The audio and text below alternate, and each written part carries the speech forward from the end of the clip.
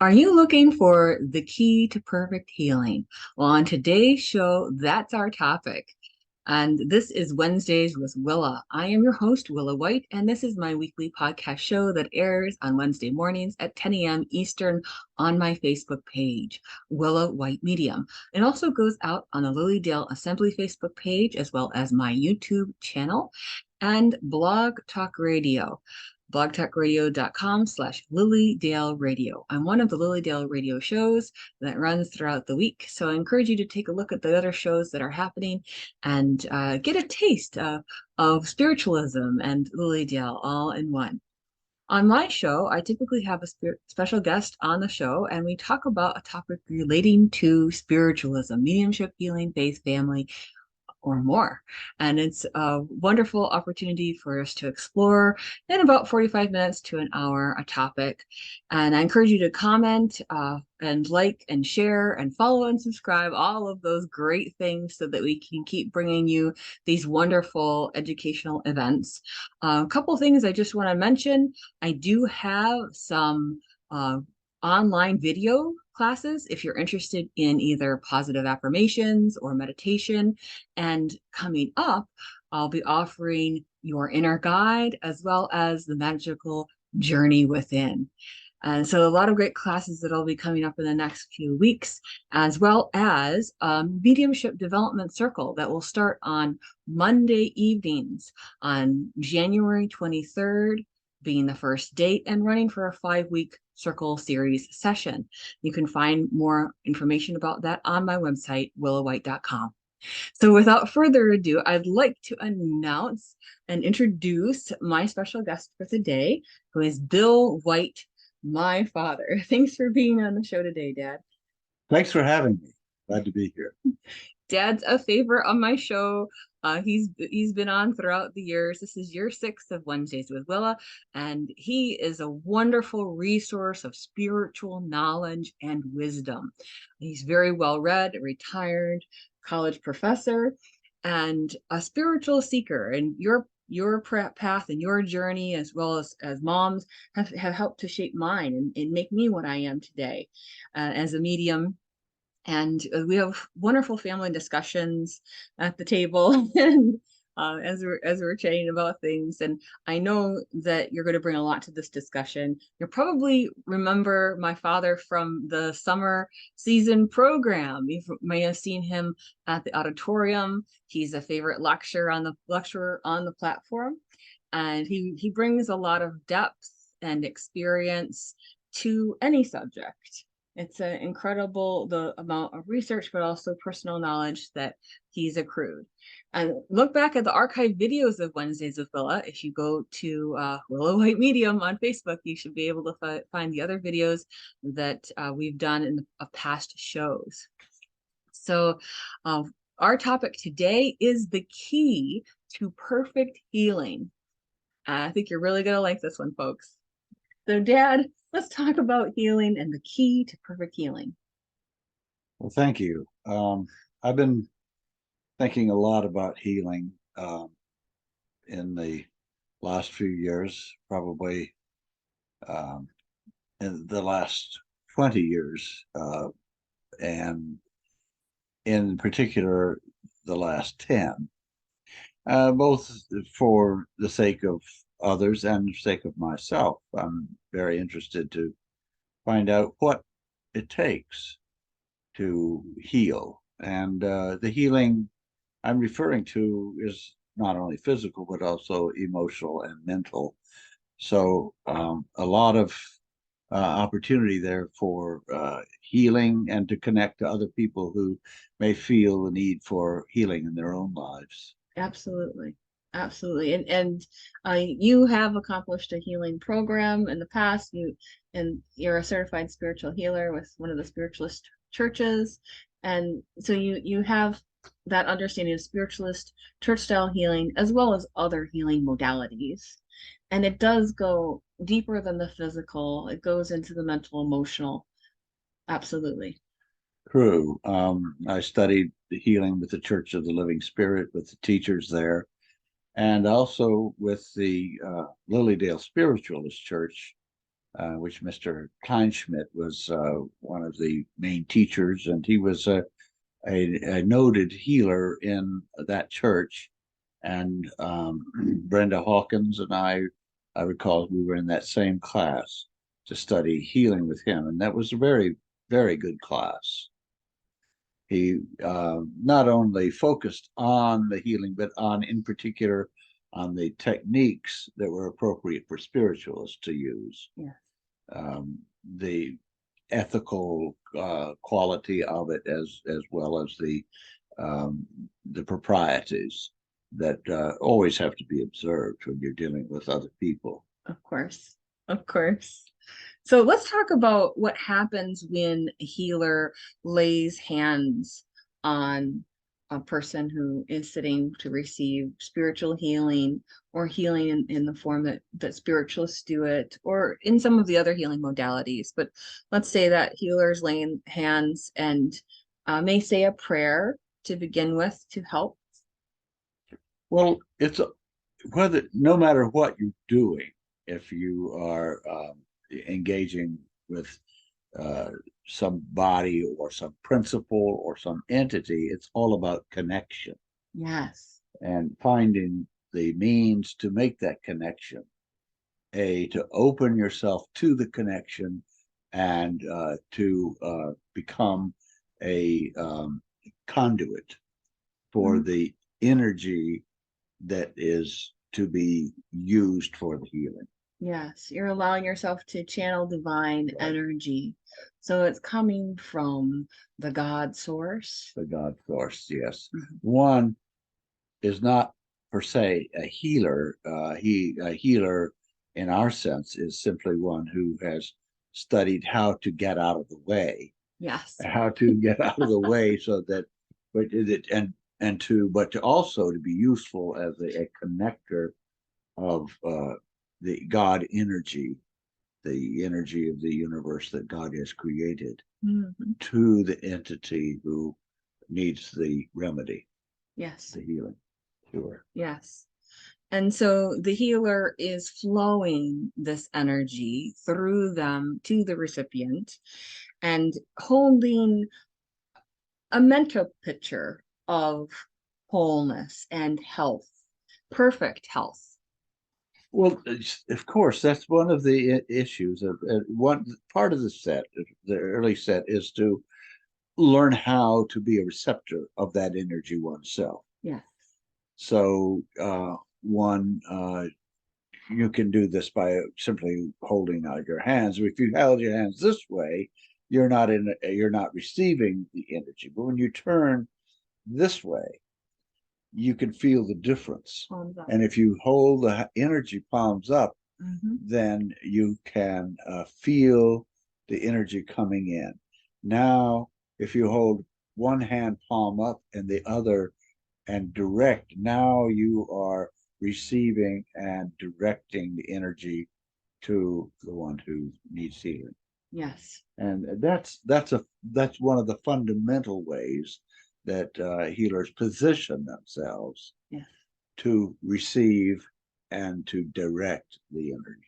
And I would refer you to a past video that I did not long ago with Barbara Sanson. She was my guest on the show, and we talked about polarities for spiritual healing. So go back and check out that video.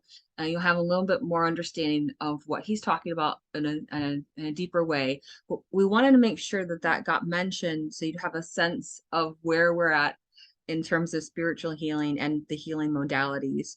And during this, the healer is projecting a certain pattern of thought to that body, the energetic body of the recipient. That's true. And we have a lot of wonderful healers at Lilydale who specialized in that and who were attracted to that. In fact, Lilydale was established by in conjunction with the healing of Carter, Jeremiah Carter, who had a wasting disease, which we interpret as consumption or TB, in his early 20s, and he received this healing And as a result of having received that healing, he then became a healer. And he learned how to direct those energies to help other people. Mm-hmm. And then he received in a dream, actually, the impetus to talk about starting camp sessions Right. in Alden's Woods. He was instrumental, very much so, Mm-hmm. because he walked all the way from Leona up to Casadega and had conversations with his friends who were also into the study of spiritualism and spiritualism, uh, other subjects like mesmerism and so on that were compatible with the interest that spiritual seekers had. And so after his healing, he really devoted himself, and he ended up being very instrumental starting those camp meetings, which later morphed into Lilydale acquiring the property and starting the camp. And he moved into the camp. He had a place, a home in Lilydale. And that's some of the historical background Yeah, of yeah, Lilydale that's very important. And it shows you that Lilydale's had a long history with spiritual healing. We have a healing temple that during the off season on Wednesday evenings you can attend in person and receive a hands-on spiritual healing.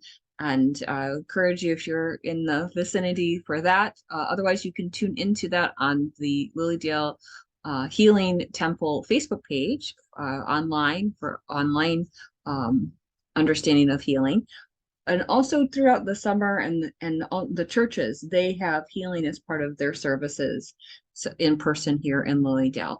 Well, let's talk a little bit more about that pattern of thought that the healer is projecting during that time of the healing for the recipient, because there's the pattern that the patient is in that would be of dis-ease, either on a mental, emotional, or physical, energetic level.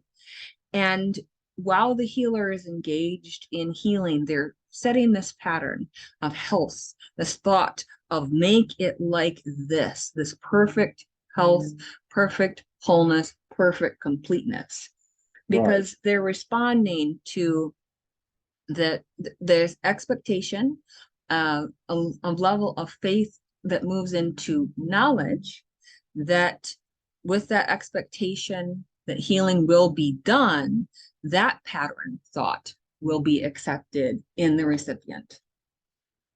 well, that expectation is really built on faith, and faith is a very positive thing. And when people have faith, by its very definition, that means that they don't have doubt. You know, a person who is faithful can divert from that, and if his faith is shaken and he began to doubt, but faith itself, while you're in faith, Mhm. you are without any doubt. And so the faith itself is a gift. That's not something that you can do for yourself. You have to ask for it. Most gifts are available through asking. Now and then they come unbidden. Mm-hmm. That is true in your life, but in fact, a lot of it, your very life itself has come on, in a sense, unbidden. You find yourself living. But if you take a larger view of a person incarnating, um, probably probably your eternal soul had something to do with that. There was Mm-hmm. some need that you have in your progression, your life progression, to come to the earth school. And there's some need you have to fulfill. Maybe you are here to help yourself, to help other people, and to help other people by helping yourself. And so that's the way it goes. So, in one sense, it does begin with the healer himself or herself being receptive. Yes. Receptive, you first have to be able to receive in order to give. Mm-hmm. So, what is it that you're receiving? Well, what you are receiving is the image of wholeness and total health of the let's say the individual or yourself if you're working on yourself. You cannot focus on the disease. If you focus on the disease, that adulterates the vision, that changes the vision, that makes the vision less than perfect and less than whole. Mm-hmm. If you say, okay, I have this infirmity, or I have this sore shoulder, or I have this rotocuff, or I have this hip, or I have this appendix. If you're focusing on that as a spiritual healer, all you're doing is reinforcing the image of the problem, mm-hmm. the healing problem. But you need to focus on the wholeness, the perfectness of the individual, because God doesn't make mistakes. God is all seeing, all powerful, all knowing, the omnipotent creator. That is the one we know and worship and call our Lord. Mm-hmm. Mm-hmm. And he alone is worthy of that, of course. But by doing that, by identifying ourselves with the Lord, with the great creative force, we come into synchronicity with that creative force. And so we're able to see in a more exact and a more profound way the perfection of the individual, because the individual in his soul is perfect. So we need to see the individual who seems to require the healing or want the healing. We need to see that individual as whole and healthy. And that's what we focus on. If we focus on the other, we're adulterating, we're changing, we are vitiating, we're compromising our own effort. And if it's true for ourselves, as well as true for the healing that we are in place to conduct to others, to channel to others.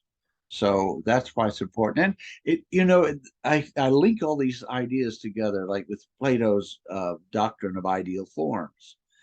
He says, and ideal forms exist on the other plane, not on this plane. This plane has a corrupted view of a version of that, a corrupted version. Even if it's an object, if it's a table, there's an ideal table in the other world. If it's a chair, there's an ideal chair in the other world. There's always the ideal.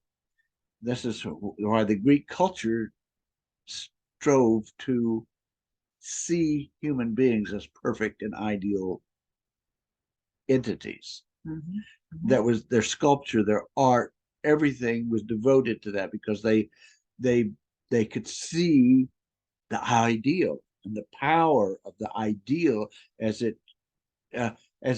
manifested itself through their culture in all areas.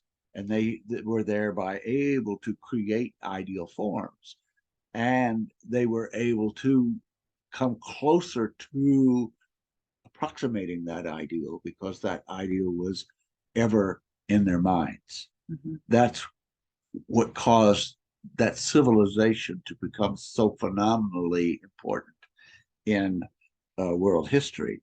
And we can take from them those kinds of knowledges that they gained, and those kinds of insights that they gained, because they themselves were partakers of the healing. Asclepius, the great healer, and they had the dream schools, and they had all of these healing projects that they conducted over the 300, 400, 500 years that Greece held sway in the Mediterranean world and was a great culture. But it wasn't just great because they built some buildings and made some sculptures. They were great because there was a total cultural upliftment toward the ideal, and that's why they were so interested in the great healer Jesus. When Paul presented the healer Jesus concepts to them, they said, "That's right. We can accept that, because That's what we've been thinking about. Only this is even the more ideal form of that which we've been thinking about. And then the healings, actually, the Jesus healings were instant. Why were they so instant? And that's what's been interesting to me, because I had some issues. I had some issues with my hips and so on. I said, okay, well, I'll eat better. I'll do these things that I made lists of all the health practices that I could undertake, from healing to exercise to meditation, all sorts of things. And yet, um, my hips did not heal, and they got worse, and so I had to have the surgery for that, which was very fortunate. And I was glad that somebody knew how to replace the old with the better. But even that came about, and let's say, even though it's worked very well, very, very well, there are instant healings. And I'm convinced that those healings can take place in other ways. And they can take place really very instantly. So I'm very interested in how to make the healing complete, how to make it, compress it in time so that it's now, instead of wait, hurt, pain, suffering. Now, some people come to this world, that we are told by the masters, to suffer. That's their path. They want to suffer. They plan on suffering, and they plan on trying to overcome their suffering by learning how to deal with it in a big way. And that's not my path. I am not on a suffering path, but I see them, and my heart goes out to them, to suffering. And I would help them if I could, but some do not want to be helped. And they're not open to being helped. And so they have to continue on the path that they have set for themselves. And you get that. But there are true seekers, and true seekers will always find. Seek and ye shall find was the great dictum that Jesus gave. And it's true. He sought and he found. I've been reading a lot about Milarepa. And Milarepa per se was not a healer of others in one sense, but he was a healer of himself. And his was a moral healing, because he had been a very bad man. He had killed many people in revenge for things they did to his family. And his own mother said, you have to take revenge. He didn't really want to, but his mother really put the pressure on him to do that. And he did. He learned how to take revenge. And he killed many people, sometimes 40 at a time. So by the time he had done these things, his soul was aching.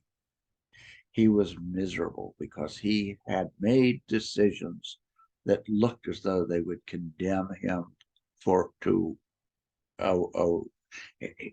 the torments of hell, the torments of a destroyed conscience. People have torments, mental torments, or things they've done wrong. They do. And ultimately, they have to recognize that. And when they do, if they can put it off, they can put it off. But when they do recognize it, it's terrible, the toll it takes on them. So it was taking the toll on him. And he had to find out if he could heal that. So he apprenticed himself to the great Guru Marpa. And this was in ancient Tibet. And it's in the 11th, 12th, or 13th century. It varies according to which biographer you read for the great Milarepa in Tibet. Very mountainous, very rocky thing. It's not lush like India, where Buddha lived, and and worked and had his being. But these are Buddhists, Tibetan Buddhists, and he apprentices himself to the great Marpa, a guru who shows him how to heal himself. And it's very draconian what he has to do. He has to learn how what he has to learn creation and destruction. Marpa puts him to building huge towers. Big tower. It takes him years. He builds them and then he says, tear them down. Builds another one. Years. Tear it down. So he's working away year after year. He's working to the bone to build these beautiful towers according to specs. And then he has to tear them all down. And finally, after many years, he begins to get it, to understand the laws of creation and destruction. He has been participating only in the laws of destruction with the people he killed, people he destroyed. He has to learn to celebrate creation, and you do that by celebrating the Creator. You celebrate the Creator. So he devotes himself entirely to that, to looking at, feeling the effects of the great Creator, making that front and center and all important in his life, and more important than anything. And so he does. He lives to be about 84. But it's hard to believe that he could live because he stopped eating. People would bring him food, but he was surviving mainly on nettle weed, which turns out to be a very good weed. But it was just nettle tea, and he was just a thin little guy with turning green from eating all that, drinking all that nettle tea. But he was in a cave and singing praises, and people would come to him and he would sing them a song, and it was a song of that would touch their hearts and souls. So he helped many people that way who came to see what a true holy man is like. And what's a holy man? One who dedicates himself entirely to God. And so their lives were healed just by being in the presence of. What is the presence of a holy man? How does that relate to healing? And it has to do with what the holy man is looking at. He's looking at God. And so when he looks from God to you, what does he transmit? He transmits God energy. In transmitting God energy, healing takes place. And that's why I said this transmission. He became a perfect receptor. So he could be the perfect giver. And he could give without even making a big deal of it because his very presence was giving. Mm-hmm. And he came to that place. So he's a very revered saint in Tibet. From the 11th, 12th, to 13th century, different biographers will, but his life is almost shrouded in a kind of myth, just like the Buddha. But you know, these stories come through and they are consistent, and the songs come through. These wonderful songs and hymns that have been translated, and they are beautiful just to read and to take into oneself. So this is a healing thing. But if you're looking at the perfect healing, you have to look at the perfect thing, entity. You have to look at the perfect energy. And if you adulterate that, if you look at something that's less than that, even while you're conducting it, the healing will not be as effective because you will be corrupting it with the image of the problem, the disease, the infirmity, the inability, in mentally, the depression, the this, and so on. So, in one sense, it's an empath, a person who's empathetic to another person, which is what causes them to say, okay, let me see what I can do to help, because I just want to help. An empath wants to help. He reaches out, he can feel another person's pain. On the other hand, that empath has to get him or herself out of the way to let the perfect image of wholeness come through. And if it's the perfect image of wholeness, then the healing takes place. And you and I were talking earlier today, because I just heard about this Boston study that these people in the labs had done. And it has to do with information. They say that while people age and lose their sight, they lose their strength. They may become infirm, and they can't heal themselves. So what's causing all of that? This aging, this creeping infirmity. And they said it's because you lose the information of what the perfect um, example was for your heart, or for your cells, or for your pancreas, or for any of your body parts. You lose the knowledge, the information, The blueprinting. the code. And he said they believe they have discovered where the copy is, and they were experimenting with rats, and they manipulated the rats so that the rats, even blind rats, could start to see again. And they manipulated the rats so they got the right information, and their muscles got strong again. In fact, they became young again. Sort of like that movie. What is that? There was a movie with Hume Conan. I don't know. I'm thinking of Benjamin Button myself. Well, okay, but everybody wonders about this kind of thing, and yet what we're saying is that the blueprint is there. It's in the spirit world. It's in your etheric body. Spirit can access that. Mm-hmm. But how can spirit access that? It has to access it through spiritual means, through the spiritual dimensions. How do you do that?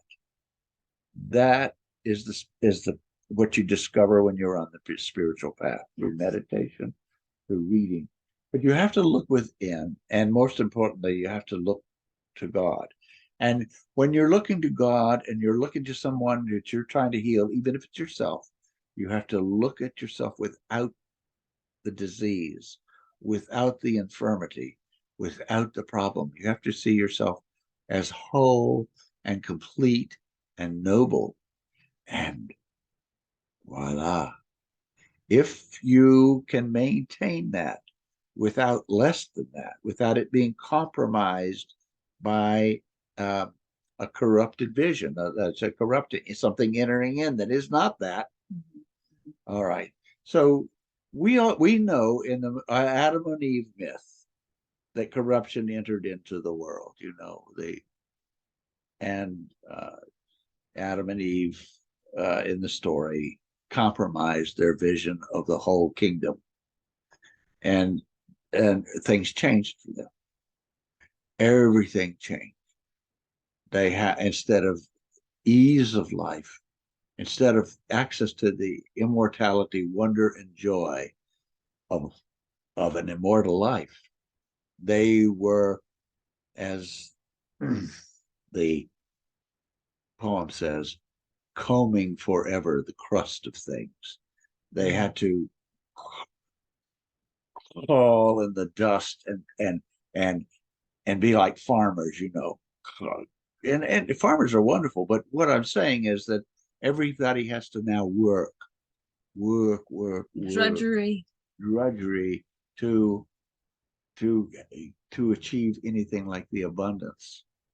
And so the spiritual vision, Samson Samson became a slave grinding at the mill. They blinded him, they put him on a treadmill, grinding and grinding round and round.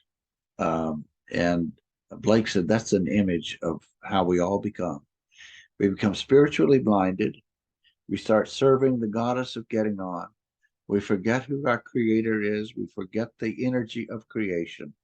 And we begin to shrink.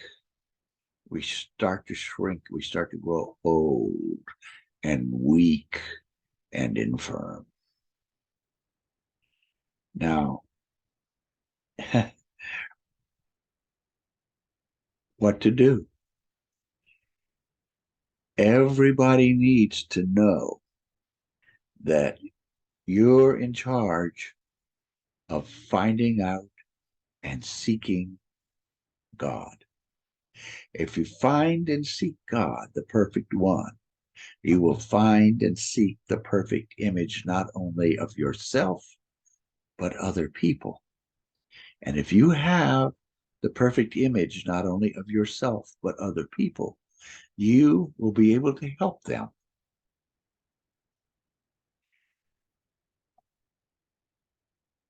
Almost your very presence will be able to help them. Because how you think of them, thinking is an act that influences things. And as you think, and as you see, and as you maintain the vision clearly and without adulteration, without corruption, so it will be. And that's the secret. That's what one needs to do.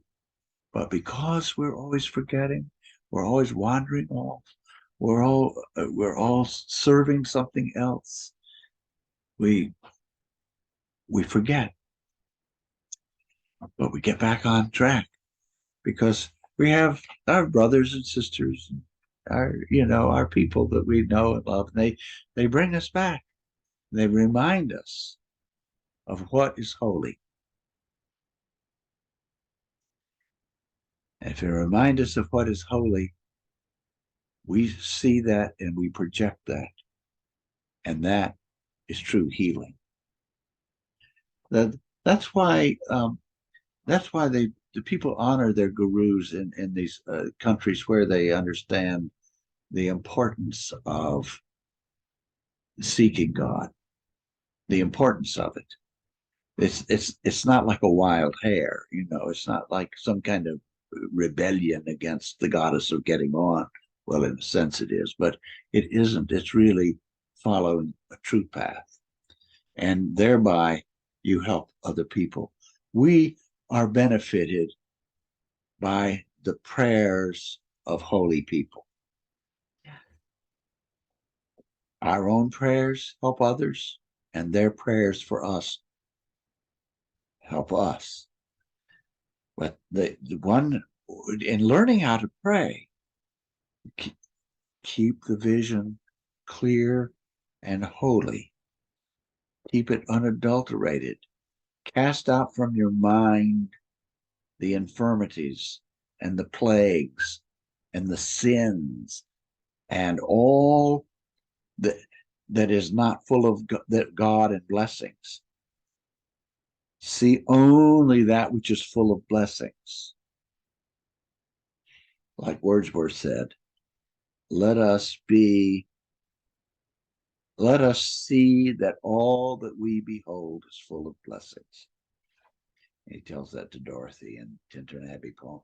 But that's how Milarepa finally and his people came to him. They became his disciples. They said, "We are your disciples," and they were trying to practice that. But they'd come see him every now and then, and he would sing them songs. And just being in his presence, just being allowed to be in his presence, created a wonderful thing for them. So he's greatly honored, and he's wonderful to read about. Because when you read about him, then you realize that here was a soul. Now, I have been associating with a lot of people who are members of AA, Alcoholics Anonymous. I've never been in AA. I don't feel like I don't have that situation in my life, fortunately. But some of them do, and I got to know a bunch of them that do, and they're wonderful people because some of them have been off their booze for 41 years, some 30, some 10, some just 2 weeks. But they get together and they reinforce, what a wonderful thing it is to be free from that addiction. And in a person who is free, like the Buddhists call them the escaped. Ooh. Yes, the escaped, to be one of the escaped. If I can, you want to be one of the escaped because then you have escaped the wheel of samsara. You have escaped the wheel of constantly having to degenerate into a sinful life, which is anything that is not of God kind of life. And the karmic result of that is always a karmic result of that. But how to do that, to escape the wheel of samsara, that's what Milarepa discovered that he had to do. And so he devoted his life to that. And it would have taken him maybe many lives in their economy, many lives. It would have been extraordinarily difficult. He did what no man is able to do, go from that kind of a karmic debt that he had acquired from murdering all those people to becoming a holy man in one lifetime. And so he had to do draconian things, he had to go to extremes. In other words, he had to be a 24/7 kind of guy. Yes. Right? I mean, all the time. No falling off your spiritual diet. No falling off. No, none of that. I mean, and glad to do it. Happy that he had the path to do it. Happy that he had the guru who set him on that path and told him what he needed to know. Kinds of things that are passed on from a guru to a disciple. So it's quite a wonderful book to read, as all books about holy people are. A seeker does that. He puts himself, or she puts herself in the way of finding out how it's been and how it's gone for true seekers of the path. And so one of the big things that we have that we're struggling with is infirmity, the firm infirmities that we see around us, physical, emotional, and mental, and our own. And we have there are ways to deal with them. There are ways to deal with them. I was just reading about this Lisa Marie Presley. She just died, and she was the granddaughter of Elvis Presley, Priscilla's daughter, and she died of cardiac arrest. 52 was she? 52, 53, I can't quite somewhere remember. in that neighborhood, and her son Benjamin had committed suicide when he was 27. Oh, why? I said, how did you do it? Well, shot. But he also, the difficulty of being a Presley, so here they had $100 million fortune. They had this, they had that, so on. And you say, how can such people have difficulties? They are human beings. And they are human beings who, if they have those difficulties, the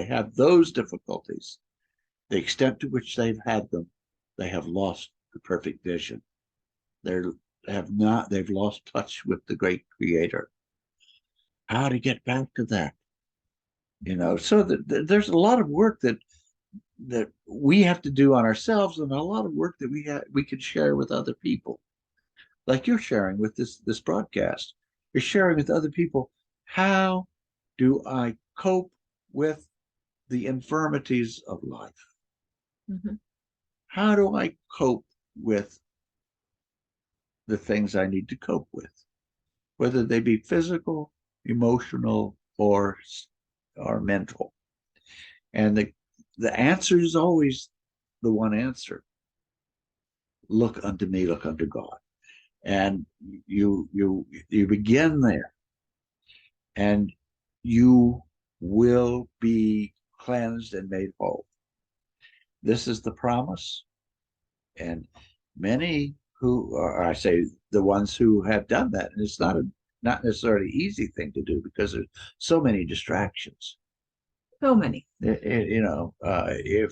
it were easy to do, this world would be a lot different than it really is. But as we do it for ourselves and for each other, one to one to one, each one helping one, the world changes.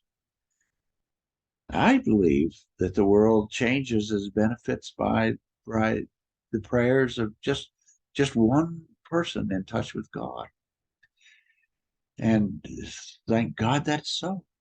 So it's not an idle thing to remember other people in your prayers, and not an idle thing to ask others to remember you in their prayers. So you can remember others, and you can be remembered. And hold them in that whole, healed, complete. I think it's really important, the excellent points that you've been making, Dad. It's you really have to move from that pity and stop that pity, stop that oversympathy. When I say oversympathy, that's not really a word, but Right. the empathetic response that we have as sensitives and people who care, and we have to go and allow this other process to take over within us so that we can move this from something that would be no sign of healing, partial healing, to great healing, so that we can take this idea of, oh, I'm retracting from this healing because I'm going into this old thought because it's come up again, that we eradicate that. And one of the words when we were talking earlier today about this, was transmogrification. Yeah. And that focus on that restoration, if there's been an interruption in that pattern, because we want to go back to the true pattern of yourself. That which is the etheric template will always hold that which was and is your ideal. Right. And that gift of healing, that perfect healing, comes from eradicating the faulty thinking. Right. And moving like exclusively into the perfect, the divine perfect, the divine right healing that is there and present for you at all times. Right. And when you do it, you can, as you get into that zone, the preparedness, Mm-hmm. you can feel all those changes taking place in yourself, emotionally and spiritually. And that's what prepares you to do the work that you set yourself to do. You say, well, okay, I'm going to call on the forces of God to help in this situation. A situation is brought to my attention. Okay, I know there's a situation. How does God see this person? And what is this person when he's whole, he or she whole? You have to see them as whole and healthy and so on. And you have to hold that image clearly and forcibly in your mind. And so that does take some, it's just like any form of meditation. You have to learn how to get rid of the noise. Right. And to focus. And it's just like anything that you do, if you're practicing a musical instrument or sewing something, or you have to learn how to focus. And when you learn to focus, it's very, very powerful. These natural aptitudes that we have, where that's why people said, well, we're made in God's image because we're made to do this work. Yes. We're Yes. we're made to do this. That's why we're really Exciting. that's why we're here. Yes. We're made to do this, and we have what we need. All we have to do is,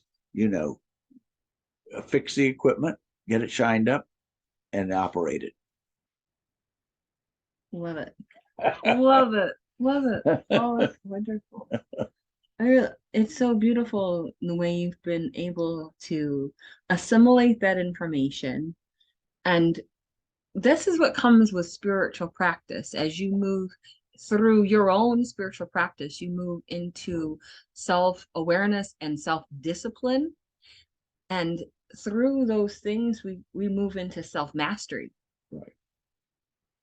Right. So yes, and we associate ourselves with the escape, because when in the escaping the those things, there is the power, the bliss, the joy, all those things that we ever wanted are all there, Yeah. all there, all waiting for us to partake of.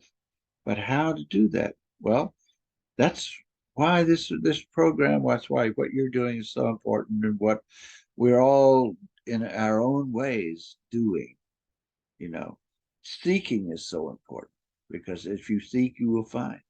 If you find, you will be able to help not only yourself, but everybody you get in touch with. Everybody. So you don't really have to worry about, seek ye first the kingdom of God, and all things will be added unto you. That is really the essence of it all. It seems so blanket, but it's so true. Beautiful. Wonderful. Well, what a wonderful time to spend with you, Dad. And I love learning from you. And I know everybody else appreciates us doing the show, appreciates you sharing your knowledge.